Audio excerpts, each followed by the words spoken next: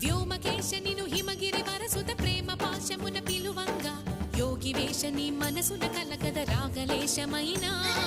హే మహేశని భయద పదాహతి దైత్య